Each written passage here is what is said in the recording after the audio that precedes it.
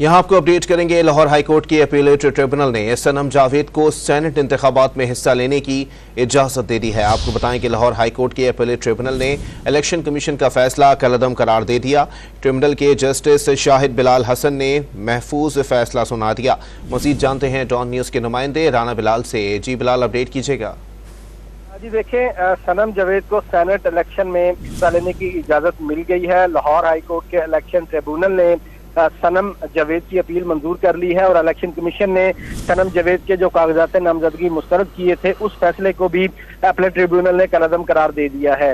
Appellate tribunal के जज justice Shahid Bilal Hasan ने सनम जावेद की अपील पर महफूज किया गया फैसला से कुछ देर पहले सुनाया है और ट्रिब्यूनल ने इलेक्शन कमीशन का कागजात नामजदगी मुस्तरद करने का फैसला उसे कलअदम करार देते हुए सनम जावेद को सेनेट इंतखाबात में हिस्सा लेने की इजाज़त दे दी है।